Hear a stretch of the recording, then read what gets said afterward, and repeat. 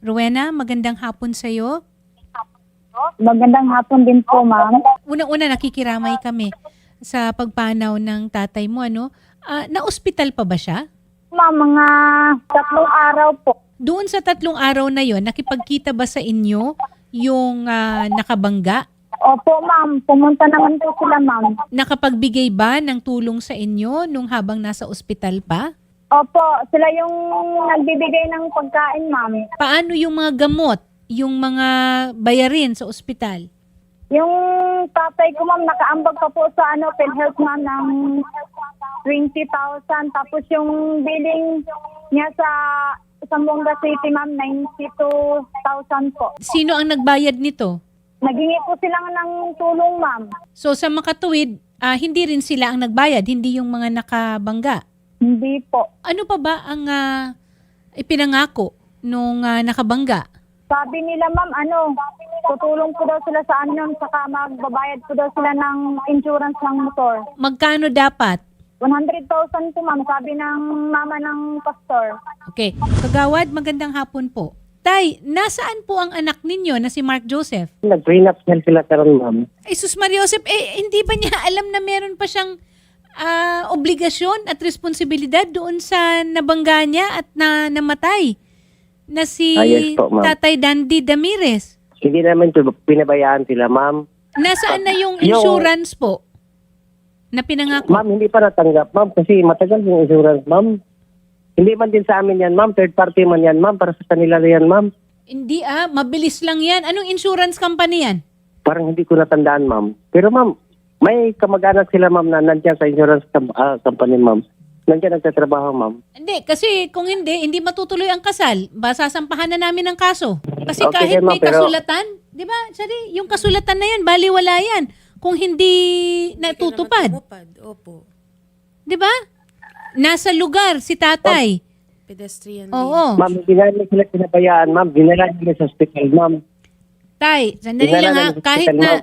sabihin ninyo na, paano nyo masasabi hindi pinabayaan? Kailan nyo huling nakausap? Nakausap namin ang kanyang magulang, ma'am, pati mga kapatid niya, ma'am.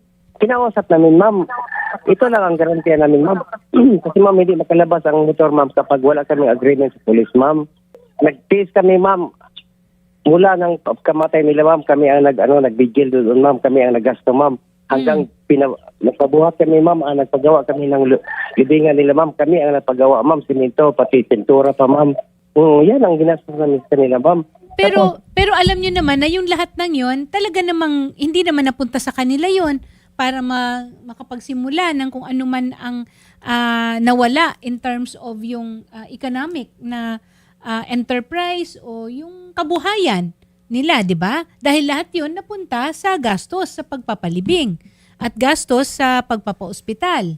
Okay, so, ma'am. Ang ano lang namin dito, Tay, 1 taon na pinag-antay ninyo tapos baka wala naman palang maasahan. Kung insurance yan, pwede naman rin sana na pauna na lang ninyong ibigay dahil kung talaga makukuha, di parang reimbursement na lang sa inyo na mapupunta. Pwedeng ganun yun eh.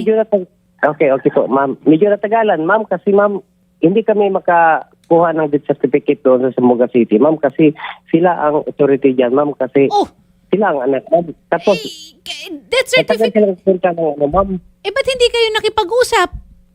Para maayos lahat ng dokumento. Ano to, Tay, ha? Dapat maintindihan ninyo na nawalan sila ng kaanak, nawalan sila ng tatay, 64 years old, hindi yan matanda. Kaya pang maghanap buhay yan.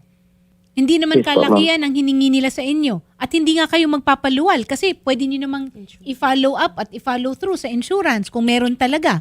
At hindi nyo lang sila pinapaasa. Corporal Garcia, magandang hapon po. Ano po ba ang, kasi ito mag-iisang taon na.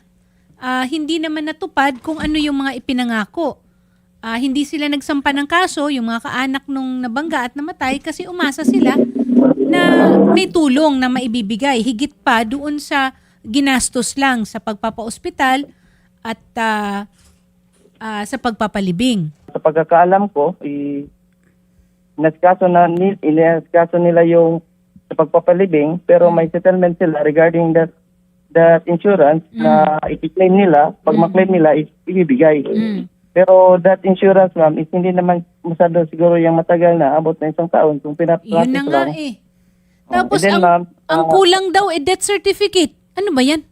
kasi ma'am, yung kuan ma'am, yung sa amin ma'am, kung pumunta lang sana si Ma'am Dameres dito, to kuan ma'am, to file action against hindi niya iniskaso yung kuan nila ma'am, settlement ma'am, i-cater din naman namin dito ma'am, kasi O kami na ang alam nyo, dapat kahit tayo sa kapulisan, dapat may kusa rin tayo na mag-follow up o mag-check, di ba? Yes. Kasi hindi naman Pupush lahat nila, ng attorney, oo. hindi lahat ng biktima o mga kaanak ng biktima ay alam kung anong gagawin. Yes. Kadalasan, mas madalas sa hindi, tayo ang nagbibigay ng guide, no? Kung paanong gagawin. Anong oras ba nangyari ito? 10:00 ng gabi eh. yes ma'am, alas 10 ng gabi ma'am. Nakainom ba yung Base po sa report na nandito po ni Indino ma'am, wala naman po nakalagay dito na under influence of liquor yung si Sir Mark Joseph Dr. Dango. pero mabilis ang pagtakbo. Yun lang ma'am, kasi dyan sa banda sa place of incident, sa Tinan, sa harap ng hospital kasi yan dyan, matuwid talaga yung daan yun ma'am, mahaba at matuwid. May possibility na talaga na malakas ang takbo. Mabilis ang takbo. Yun. Yes ma'am. Pero hindi ko rin inaano na baka nakainom pero wala naman tayong mga breathalyzer. Wala naman tayong mga ganun. Kagawad, buo pa ba yung NMAX mo? Yung nung anak niyo po? Yes po, ma'am. O, benta niyo. Oo, benta nyo na. Yun na, huwag nang gamitin sa prenup. Diyos ko. Okay po. Kumbaga, tatay, syempre, kailangan intindihin nyo din po, no? Kumbaga, tatay, nakaka-insulto naman ho na ang garbo-garbo, may pakasal-pasal ka, prenup. Tapos po, tatay, yung kabilang kampo po, 'di ba? Namatayan po. Nagluluksa. Bukas, magbababang luksa. Opo. Tapos Isang taon pinaasa na po. natin sa wala. Kung death cert lang naman, tatay, bakit pinatagal pa po ng 1 taon? Anong third party insurance yan? Anong pangalan? Hindi ko Tay. yun natandaan, ma'am. Okay, mamaya na lang siguro, ma'am. Pag magkarating silang ma'am, yung anak ko, ma'am, masabi niya, ma'am, kung anong insurance yun, ma'am. Hindi ko matandaan yun, ma'am. Kasi ang tagal na eh. Tagal na eh. Alam nyo, kayo kaya nyong makalimot. Meron kayong kakayahan na kalimutan sila. Pero sila Rowena, ang pamilya ng biktima, habang buhay nilang dala ang pagkawala ng tatay nila. Rowena, narinig mo naman ng lahat, ano? So, hindi tayo papayag na magtatagal pa ito. Rowena, makakaasa ka. Natututukan ito ng wanted sa radyo. Kagawa Jonathan, ganito na lang po, no, yung doon po sa paunang tulong o yung tulong nyo na po doon kila Ma'am Rowena. Ano pong plano niyo, sir? Within this week po? Ma'am, siguro, ma'am, bigyan po sa mo, bigyan mo inyo kami ng ma'am. Siguro, ma'am, mga 1 month siguro, ma'am, kay parang... Sir, ang kasal lang sir, ako, isang ma'am. taon na to, Ipupulong sir. niya- Sir, too much na, sir. Too much na po. Sobrang tagal na nung 1 taon, sir. Ang tagal na niyan, sir. Kung nandito po si Idol Rafi, kahit si Idol, hindi po papayag yan, sir. Kaya po ba siguro kahit, let's say sa Sabado, maximum.